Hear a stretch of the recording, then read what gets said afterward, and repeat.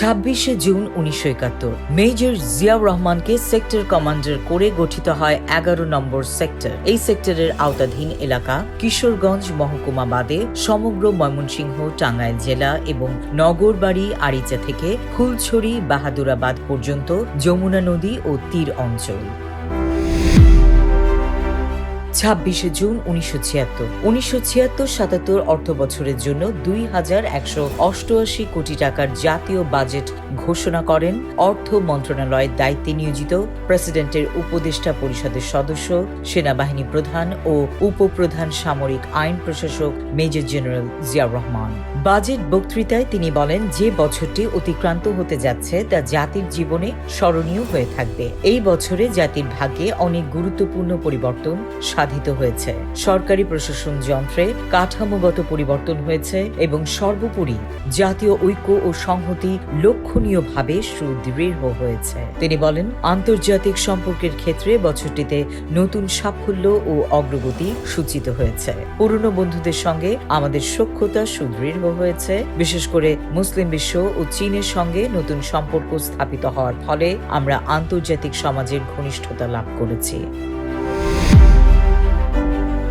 26শে June 1977 সালের ঘোষিত budget সম্পর্কে সচিবালয়ে আয়োজিত এক সংবাদ সম্মেলনে দেশের বিপুল জনশক্তিকে সবচেয়ে বড় সম্পদ বলে অভিহিত করে এই জনশক্তিকে সুসংগঠিতভাবে জমায়েতের মাধ্যমে অর্থনৈতিক ও উৎপাদনমুখী কাজে নিয়োগের আহ্বান জানিয়েছেন প্রেসিডেন্ট ও প্রধান সামরিক আইন প্রশাসক মেজর জেনারেল জিয়াউর রহমান। এ সময় তিনি ভবিষ্যৎ জাতীয় নীতির রূপরেখাও তুলে ধরেন। প্রেসিডেন্ট বলেন, আমাদের দেশে যে মোট সম্পদ রয়েছে সে তুলনায় সামগ্রিক কর্মতৎপরতা আশাব্যঞ্জক নয়। তার কারণ, কোনোদিনই এই সম্পদগুলোকে অনুসন্ধান ও আহরণ করে কাজে লাগানো হয়নি। জনশক্তিকে দেশের সবচেয়ে বড় সম্পদ উল্লেখ করে তিনি বলেন, এই বিশাল জনশক্তিকে চিরকালই বোঝা হিসেবে মনে করা হয়েছে, অথচ তারাই হচ্ছে দেশের সবচেয়ে বড় সম্পদ। প্রেসিডেন্ট বলেন, এই জনশক্তিকে যদি ঠিকঠাকভাবে সংগঠন করে জমায়েত করা যায় এবং অর্থনৈতিক ও উৎপাদনমুখী কাজে নিয়োগ করা যায়, তবে এটাই আমাদের সবচেয়ে বড় সম্পদে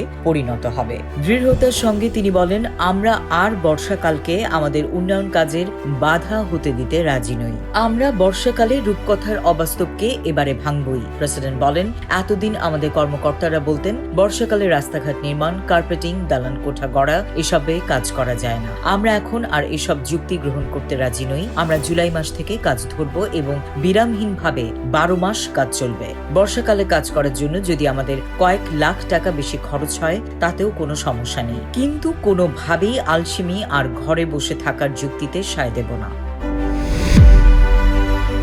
26শে জুন 1978 রাজধানীর ওয়াবদা মিলনায়তনে থানা উন্নয়ন কমিটির কার্যক্রম শীর্ষক আলোচনা সভায় উদ্বোধনী ভাষণে প্রেসিডেন্ট জিয়াউর রহমান দৃঢ়তার সঙ্গে ঘোষণা করেছেন, বাংলাদেশে কাউকে অস্ত্রের রাজনীতি করতে দেয়া হবে না। এখনো যাদের হাতে অস্ত্র রয়েছে তা তাদেরকে ফেরত দিতে হবে। তা না হলে দেশের আইন ও জনগণের সাহায্যে তাদেরকে ধরা হবে এবং শাস্তি দেওয়া হবে। প্রেসিডেন্ট বলেন, আমরা এমন এক পরিবেশ সৃষ্টি করতে চাই যেখানে অস্ত্রের রাজনীতি করার কোনো সুযোগ নেই। যদি কেউ অস্ত্রের রাজনীতি করতে চায় তাহলে আইন ও জনগণের সাহায্যে তাদেরকে চিরতরে নিশ্চুপ করে দেওয়া হবে। ভাষণে ইউনিয়ন পরিষদ নেতৃবৃন্দকে আইন শৃঙ্খলা রক্ষায় আরও দায়িত্বশীল হওয়ার আহ্বান জানান তিনি। প্রেসিডেন্ট বলেন, গত নির্বাচনে এটা প্রমাণিত হয়েছে যে জনগণ ঐক্যবদ্ধ। এখন নেতৃত্বের দায়িত্ব দেশের বৃহত্তর স্বার্থে ঐক্যবদ্ধ হওয়া। তিনি বলেন, জনগণ আমাকে ভোট দেননি, ভোট দিয়েছেন আমাদের রাজনৈতিক ও অর্থনৈতিক কর্মসূচিতে, রায় দিয়েছেন আমাদের কর্মসূচির প্রতি এবং তা আমাদেরকে বাস্তবায়িত করতে হবে। প্রেসিডেন্ট আরও বলেন, নির্বাচনের ফলে গণতন্ত্র ও রাজনীতি গ্রাম পর্যায়ে প্রবেশ করেছে।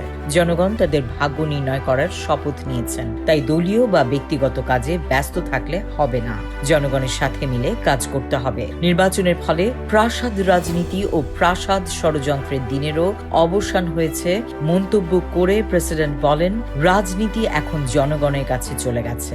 রাজনীতি আর গুটি কয়েক লোকের হাতে নেই। এর অর্থ ও সত্য বুঝলে ঢাকা বা শহরে বসে রাজনীতি করা যাবে না, সেজন্য জনগণের কাছে যেতে হবে।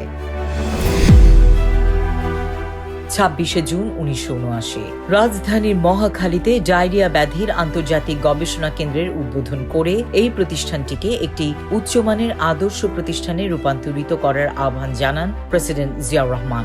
এই ধরনের প্রতিষ্ঠান অংশগ্রহণকারী দেশসমূহের মধ্যে বন্ধুত্ব ও সহযোগিতা বৃদ্ধি করবে বলে তিনি মন্তব্য করেন। এই গবেষণা কেন্দ্রটি বাংলাদেশে প্রতিষ্ঠিত হওয়ায় সন্তোষ প্রকাশ করে প্রেসিডেন্ট বলেন, এর বেশিরভাগ কর্মচারী আমাদের দেশের মানুষ। আমি আশা করি অতীতের মতো এর কর্মীরা কঠোর পরিশ্রম, শৃঙ্খলা ও অধ্যাবসায় অব্যাহত রেখে কেন্দ্রটিকে উচ্চমানের একটি আদর্শ প্রতিষ্ঠানে রূপান্তরিত করবেন। কেন্দ্রের কেন্দ্রীয় ট্রাস্টি বোর্ডের সদস্যদের, বিশেষ করে বিদেশি বিজ্ঞানীদের স্বাগত জানিয়ে তিনি বলেন, আমার দৃঢ় বিশ্বাস এই কেন্দ্রটিকে সফলতার দিকে এগিয়ে নিয়ে যেতে আপনারা যথাযথ ভূমিকা পালন করবেন। স্বাস্থ্য ক্ষেত্রে বাংলাদেশই প্রথম এ ধরনের একটি আন্তর্জাতিক গবেষণা কেন্দ্র স্থাপনের উদ্যোগ নিয়েছে। 26 জুন 1980 বিএনপির খাগড়াছড়ি ও কাপ্তাই রাজনৈতিক জেলার দুটি পৃথক কর্মী সম্মেলনে প্রেসিডেন্ট ও দলের চেয়ারম্যান জিয়াউর রহমান বলেন, বাংলাদেশি জাতীয়তাবাদী হবে দেশের সার্বিক উন্নয়ন নিশ্চিত করার লক্ষ্যে পরিচালিত সকল রাজনৈতিক ও আর্থসামাজিক কর্মকাণ্ডের ভিত্তি। তিনি বলেন, বাংলাদেশের জনগণের বাংলাদেশি জাতীয়তাবাদের ভিত্তিতেই বিএনপিকে ভোট দিয়ে ক্ষমতাসীন করেছে। জিয়া বলেন, উৎপাদন দ্বিগুণ করার জন্য খাল খনন সহ বিভিন্ন বিপ্লবী কার্যক্রম চালু করা হয়েছে এবং এসব কার্যক্রমের সুফল পাওয়া যাচ্ছে। সবার প্রতি জাতীয় উন্নয়ন কর্মকাণ্ডে সক্রিয়ভাবে অংশগ্রহণের আহ্বান জানান প্রেসিডেন্ট। 26 জুন 1980 চট্টগ্রামে নৌবাহিনীর কর্মকর্তা ও নাবিকদের উদ্দেশ্যে ভাষণ দানকালে এই বাহিনীর সদস্যদের প্রতি ত্যাগ ও নিষ্ঠা সহকারে তাদের উপর দায়িত্ব পালনের আহ্বান জানিয়েছেন প্রেসিডেন্ট জিয়াউর রহমান। প্রেসিডেন্ট তাদের দেশের প্রচুর প্রাকৃতিক সম্পদের কথা স্মরণ করিয়ে দেন এবং যে কোনো মূল্যে জাতীয় স্বার্থ রক্ষায় তাদের প্রতি আহ্বান জানান।